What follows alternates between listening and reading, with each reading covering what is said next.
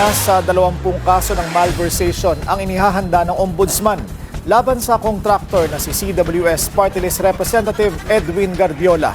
Ayon kay Ombudsman Boying Remulla, nakasailalim na sa preliminary investigation si Guardiola dahil sa umano'y iligal na pagkakasangkot sa mga kontrata ng gobyerno.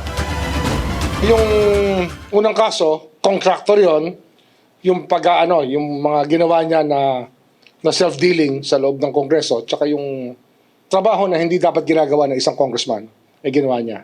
Alam na, contractor, di ba? Alam niyo na yan, conflict of interest.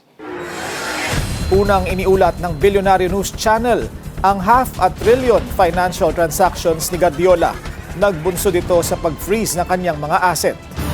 Manatiling nakatutok sa Billionaire News Channel, sumubaybay sa aming social media accounts at mag-subscribe sa aming YouTube channel para sa mga eksklusibong balita at storya.